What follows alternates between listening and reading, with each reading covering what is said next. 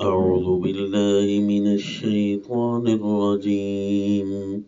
بسم الله الرحمن الرحيم.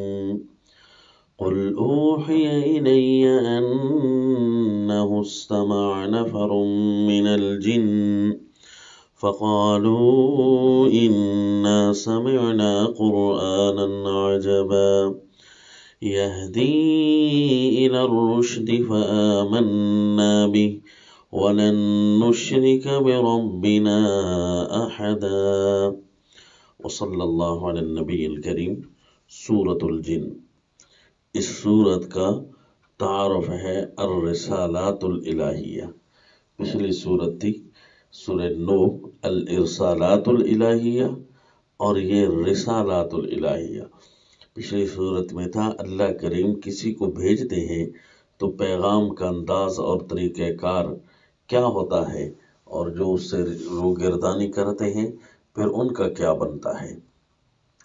اب اس صورت میں ہے کہ اللہ نے جو پیغامات پھر بھیجے ہوتے ہیں ان پیغامات کا خلاصہ کیا ہوتا ہے، ان پیغامات کی شکل کیا ہوتی ہے.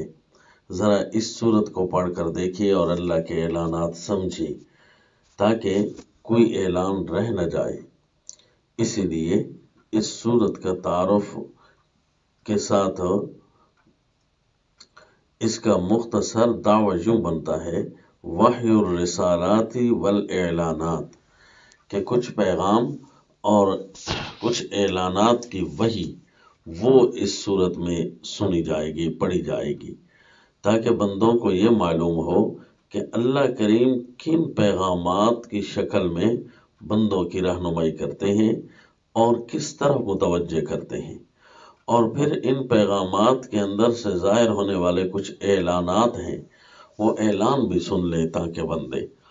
تو یہ صورت اس انداز سے انتہائی جامع ہے کہ اللہ کریم کو اور کچھ نہیں چاہیے، صرف اللہ کے یہ پیغام سنو. اللہ کریم جو اللہ کریم تمہیں چلانا چاہتے ہیں صحیح طریقے سے، اور تم سے جو چیز اللہ کریم چاہتے ہیں وہ اس صورت میں جامع انداز میں بیان ہوئی.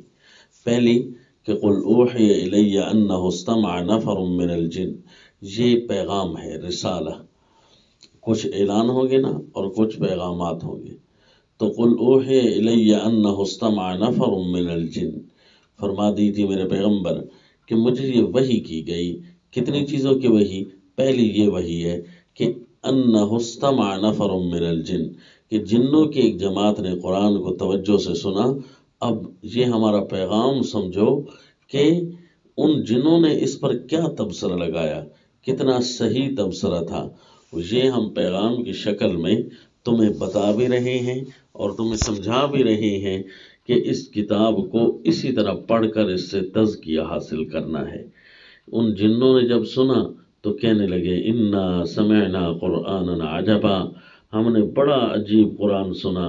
یہدی الی الرشد فآمنا بہ، اس قرآن کی ہر بات کا خلاصہ ہے کہ وہ رہنمائی کر رہا ہے رشد، بھلائی کی.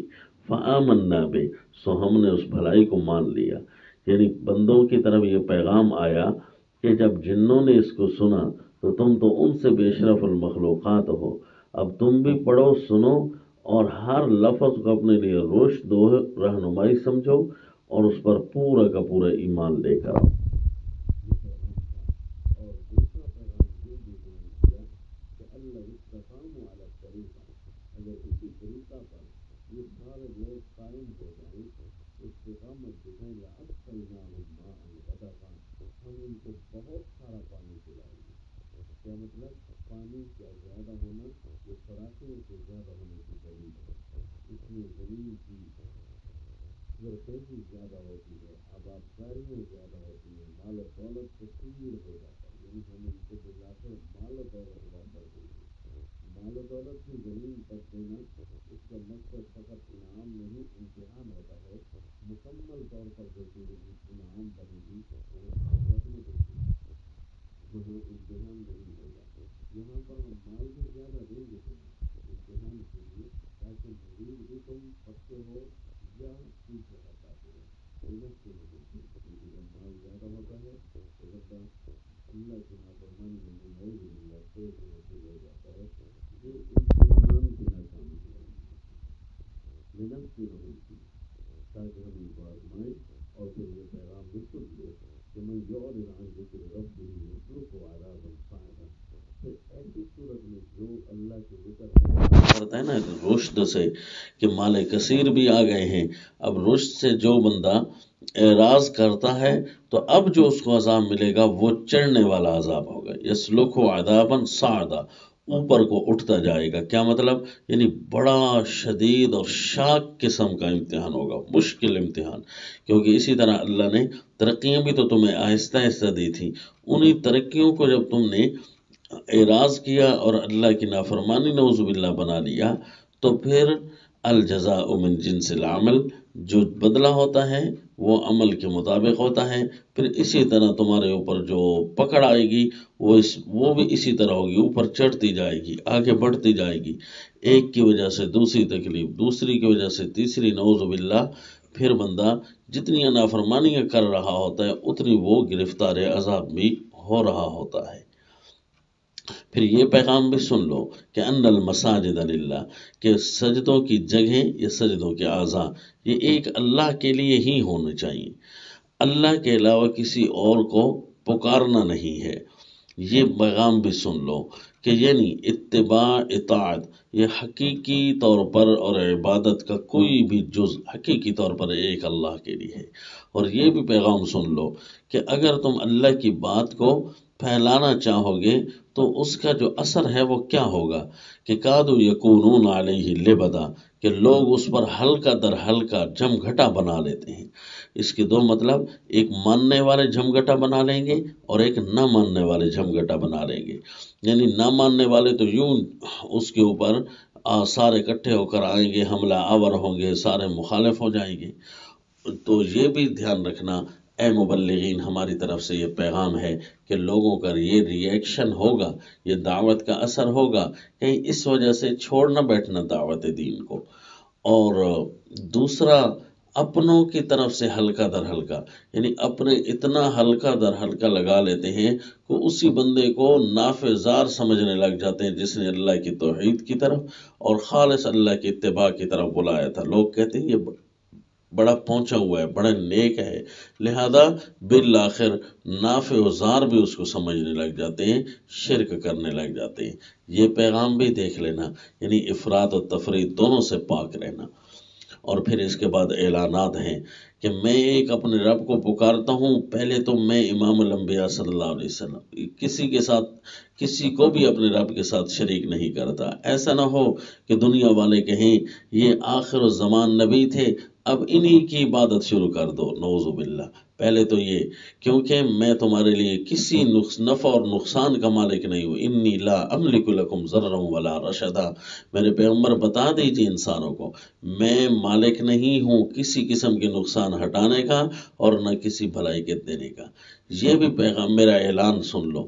جب اعلانات شروع ہو گیا، لن یجیرنی من اللہ احد، اگر اللہ کریم مجھے بھی پکڑے، حالانکہ نبی تو گناہ کے تصور سے بھی پاک ہوتے ہیں، لیکن ڈر کتنا ہوتا ہے، احتیاط کتنی ہے، فرما رہے ہیں کہ اگر مجھے بھی اللہ تعالیٰ سے کوئی پناہ دینے والا نہیں ہوگا، وَلَنْ أَجِدَ مِن دُونِهِ مُلْتَحَدًا، اللہ کے مقابلے میں میری بھی کوئی جائے پناہ نہیں ہوگی، ٹھکانہ نہیں ہوگا۔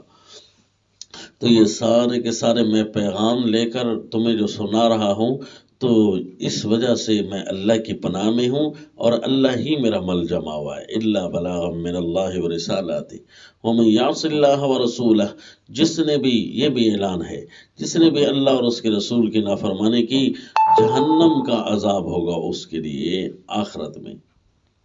اور دنیا میں کیا ہوگا وہ ابھی پڑھ چکے ہیں کہ یسلک عذابا صاعدا، اللہ اس کو ایسے عذاب میں لے کر آئے گا جو بڑا سخت ہوگا، مشکل ہوگا، چڑھنے والا ہوگا اوپر کی جانب۔